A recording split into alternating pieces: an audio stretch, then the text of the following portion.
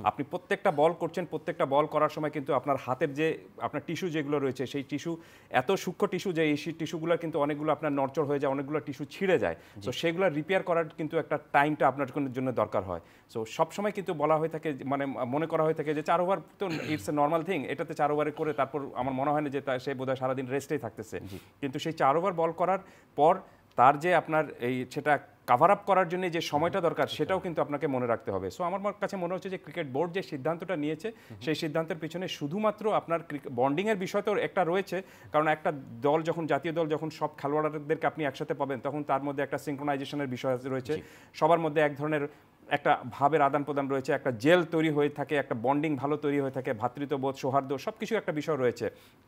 কিন্তু তার চেয়েও বড় বিষয়টা হলো যে ক্রিকেট বোর্ড যেটা মনে করেছে যে তারা এবারের বিশ্বকাপে আপনার মুস্তাফিজকে একদম সতেজ এবং তেজি একজন ক্রিকেটার হিসেবে চায়। মুস্তাফিজ যেন আইপিএলে লম্বা সময় খেলে ক্লান্ত হয়ে তাদের বিশ্বকাপে খেলতে না আসেন, মানে ফ্যাটিকটা তাকে যেন ধরে না বসে, ওয়ার্কলোডটা তার কমানোর যেন থাকে, একটা নিয়ন্ত্রণের মধ্যে থাকে। সেই কারণে কিন্তু ক্রিকেট বোর্ড খুব সম্ভবত মুস্তাফিজ সম্পর্কে এই ধরনের চিন্তাটা নিয়েছে। এবং সেটি 19-এর বিশ্বকাপে হয়েছিল যতটুকু আমার মনে হয়। রাইট, আপনি না 19-এর বিশ্বকাপে না, আপনি 2022-এ যে আমরা বিশ্বকাপ খেলেছিলাম, 2019-এ এই 21-এ 2019-এ যে টি-20 বিশ্বকাপ আমরা খেলেছিলাম, যেটা কাতারে হয়েছিল এবং আপনার এই ওমানে হয়েছিল এবং ওমানে এবং ইউএতে হয়েছিল, সেখানে কিন্তু আমরা খুব বাজে রেজাল্ট করেছিলাম। আমরা কিন্তু স্কটল্যান্ডের মতো দলের কাছে হেরেছিলাম এবং সেই টুর্নামেন্টে খেলতে যাওয়ার কয়েকদিন আগে কিন্তু সাকিব এবং মুস্তাফিজ আইপিএল থেকে খেলে এসে, লম্বা সময় আইপিএল থেকে খেলে এসে তারা কিন্তু সেই বিশ্বকাপটা খেলতে গিয়েছিলেন, দেখে তারা কিন্তু একটু টায়ার্ড লেগ নিয়ে খেলতে গিয়েছিলেন। এবং ক্রিকেট বোর্ড সেই টুর্নামেন্টের ব্যর্থতার কারণ হিসেবে যে রিপোর্ট তৈরি করেছিল, যে রিপোর্ট পেয়েছিল, সেই রিপোর্টে কিন্তু এই কথাটা বলা রয়েছে যে তাদের দুজন প্রাইম ক্রিকেটার এই টুর্নামেন্টে একটু ফ্যাটিক নিয়ে খেলতে গিয়েছিলেন।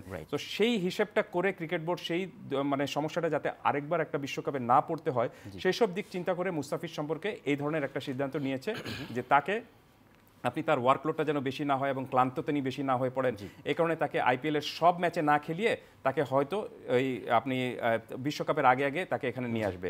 এবং আপনি নিশ্চিত থাকতে পারেন আরিফ, সেটি হলো যে জিম্বাবুয়ের সাথে যে 5টি টি-20 ম্যাচ আমরা খেলবো, সেই 5টি টি-20 ম্যাচের মধ্যে কিন্তু সাকিব এবং মুস্তাফিজকেও কিন্তু আপনি 5টা ম্যাচ খেলবেন না, খুব সম্ভবত 2টো ম্যাচ বা 1টা ম্যাচ খেলতে পারেন। এমনও হতে পারে যে কোনো ম্যাচ নাও খেলতে পারেন। যদি শুরুর দিকে আপনি বাংলাদেশ সবগুলো ম্যাচ মানে সিরিজ যে জেতার কাছাকাছি চলে যায়, শুরুর 2টো ম্যাচ যদি জিতে যায়, তাহলে হয়তো পরের ম্যাচগুলোতে তাদেরকে না খেলিয়ে শুধুমাত্র বিশ্রাম দেওয়া যেতে পারে। যেটি বললাম যে আপনি তাদেরকে জিম্বাবুয়ের বিরুদ্ধে খেলানোর জন্যই যে খেলাতে হবে তা কিন্তু না। বিষয়টা হলো যে আপনাকে বিশ্রামটাও পর্যাপ্ত দিতে হবে ক্রিকেটারদেরকে। সেই বিশ্রামটা হয়তো সাকিব ভালো মতো পাচ্ছেন, কিন্তু মুস্তাফিজ এখন পর্যন্ত সেরকমভাবে পাননি। আমি আরেকটু লম্বা ব্যাখ্যা যাচ্ছি, সেটি হলো যে আপনি দেখবেন যে মুস্তাফিজ গত 1 বছরে প্রচুর ক্রিকেট খেলেছেন।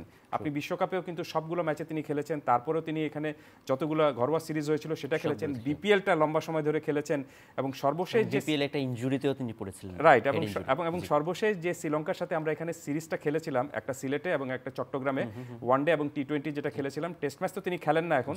তো ওয়ানডে টি-20 ম্যাচে তাকে কিন্তু শেষ টি-20 ম্যাচে তাকে কিন্তু দলে নেওয়া হয়নি, তার পারফরমেন্সটা তেমন ভালো ছিল না দেখে। এবং ওয়ানডে সিরিজেও তিনি কিন্তু মাত্র একটি ম্যাচ খেলেছিলেন, সেই ম্যাচেও তাকে হয়তো খেলানো হতো না তার পারফরমেন্স এবং তাকে একটু বিশ্রাম দেওয়ার কারণ যদি সিদ্ধান্তটা ক্রিকেট বোর্ড নিয়েছিল, কিন্তু তাকে খেলানো হয়েছিল। তার কারণটা হলো যে সেই ম্যাচে আমাদের মূল কয়েকজন বোলার ইনজুরিতে পড়েছিলেন, বিশেষ করে তানজিদ সাকিব যিনি পেস বোলার, তিনি ইনজুরিতে পড়ার কারণে মুস্তাফিজ সেই ম্যাচটা খেলেছিলেন।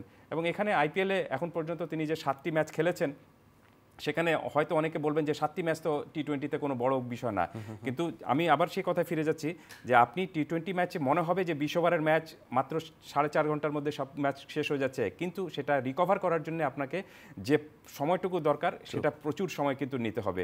আর সবচেয়ে বড় বিষয়টা হলো যে আপনি এই রিকভারি টাইমটা যদি না পান, তাহলে আপনি কিন্তু দেখবেন যে ইনজুরিতে পড়বেন।